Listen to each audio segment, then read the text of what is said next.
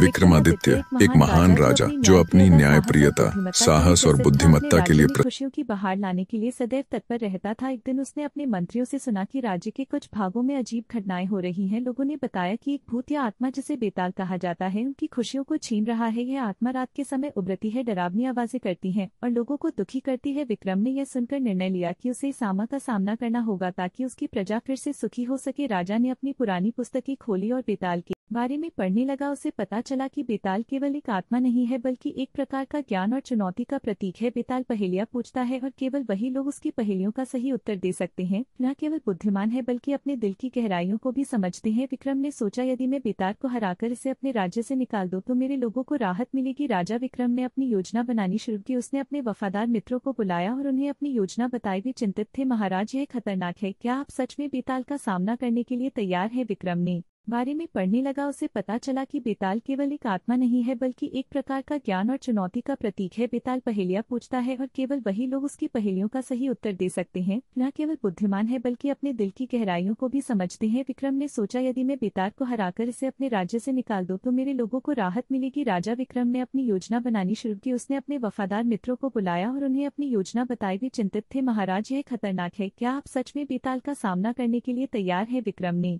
तो उसे भयानक जानवरों का सामना भी करना पड़ा, लेकिन उसने अपनी तलवार का उपयोग करके खुद को सुरक्षित रखा। उसकी एकमात्र चिंता यही थी कि वह बेताल तक पहुंच सके। रास्ते में उसे याद आया कि उसने अपनी प्रजा के लिए जो कर्तव्य निभाने का संकल्प लिया था वह उसे आगे बढ़ाने की प्रेरणा देता है। जंगल की गहराइयों में पहुंचते पहुंचते विक्रम एक पुरानी और विशालकाय पीपल के पेड़ के पास पहुंचा। वह वहां रुक गया, पेड़ के नीचे बैठकर अपनी सोचने की शक्ति को एकत्र करने लगा। तभी अचानक पेड़ की छाया में एक अजीब सी हलचल हुई। विक्रम ने देखा कि एक डरावनी आकृति जो बेताल थी धीरे धीरे प्रकट हो रही है। बेताल की आंखें चमक रही थी, उसके चेहरे पर एक डरावना मुस्कान था। उसने विक्रम से कहा, कौन है जो मेरी शांति में बाधा डाल रहा है? विक्रम ने साहसिक से उत्तर दिया, मैं विक्रमादित्य हूँ, मैं तुम्हारा सामना करने आया हूँ। मेरे राज्य में जो दुख है उसे समाप्त करने के लिए मैं यहाँ हूँ। बेताल ने उसे ध्यान से देखा और कहा, तुम्हें मेरी पहेलियों का सामना करना होगा। जो सही उत्तर देगा वही मुझे पराजित कर सकेगा। विक्रम ने कहा, मैं तैयार हूँ, मुझे अपनी पहेलियों का सामना करने दो। बेताल ने मुस्कुराते हुए कहा, तो सुनो मेरी पहली पहेली। बेताल ने पहली पहेली प्रस्तुत कि एक ऐसा चीज जो कभी भी आपके साथ नहीं होती लेकिन आप इसे हमेशा चाहते हैं, वे क्या है? विक्रम ने थोड़ा सोचा और कहा, यह खुशी है। बेताल ने कहा, सही उत्तर, लेकिन यह केवल शुरुआत है। विक्रम ने राहत की सांस ली, लेकिन यह जानता था कि उसे और भी पहेलियों का सामना करना है। बेताल ने फिर दूसरी पहेली दी, एक ऐसा चीज जो जीवन में बहुत महत्वपूर्ण है लेकिन जब आपके पास होता है तो आप इसे अनदेखा कर देते हैं, वे क्या है? विक्रम ने उत्तर दिया, यह स्वास्थ्य है। बेताल ने फिर से कहा, सही उत्तर, लेकिन तुम यहाँ केवल अपनी बुद्धि के लिए नहीं आए हो, तुम्हें अपने दिल की गहराई में झांकना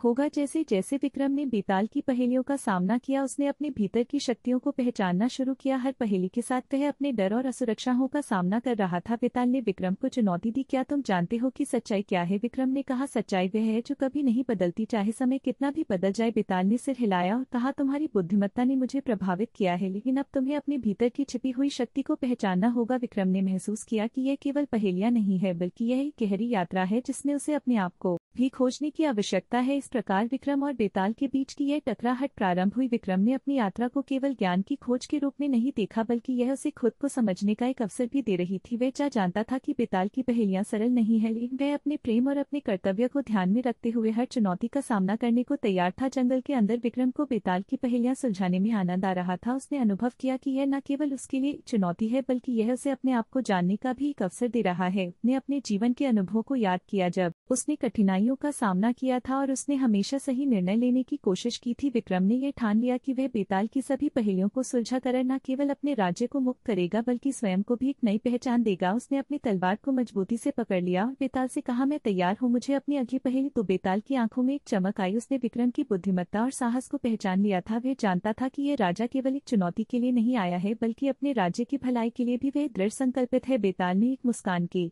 साथ कहा, ठीक है विक्रम, सुनो मेरी अगली पहेली। यह एक ऐसा चीज है जो बिना किसी शरीर के भी हर जगह होती है, यह किसी को भी अपने प्रभाव में ले सकती है लेकिन इसे छूना नहीं जा सकता। यह क्या है? विक्रम ने पहले थोड़ी देर सोचा, फिर उसके मन में एक विचार आया। उसने कहा, यह प्यार है। बेताल ने सिर हिलाया और कहा, सही उत्तर, लेकिन तुम्हारी अगली पहेली और भी कठिन होगी। विक्रम ने आत्मविश्वास से कहा, मैं तैयार हूँ। बेताल ने अपनी आवाज को गहरा करते हुए कहा, यह सुनो, एक ऐसा चीज है जो बोलती नहीं है लेकिन हर कोई इसे सुनता है। यह चीज हर समय हमारे चारों ओर होती है, लेकिन जब तक हम इसे समझ नहीं लेते तब तक यह हमें परेशान करती है। वह क्या है? विक्रम ने थोड़ी देर सोचा। उसने अपने जीवन में विभिन्न अनुभवों को याद किया जब उसने महसूस किया था कि कुछ बातें बिना बोले ही कही जाती हैं, और तब उसे एक स्पष्ट उत्तर मिला। उसने कहा, यह मौन है। बेताल ने कहा, सही उत्तर। तुम्हारी बुद्धिमत्ता सराहनीय है, लेकिन अब तुम्हें एक और चुनौती का सामना करना होगा। बेताल ने एक गहरी सांस ली और कहा, मेरी अगली पहेली एक ऐसा चीज जो हमें जोड़ता है लेकिन हमें अलग भी करता है। ये क्या है? विक्रम ने फिर से सोचना शुरू किया।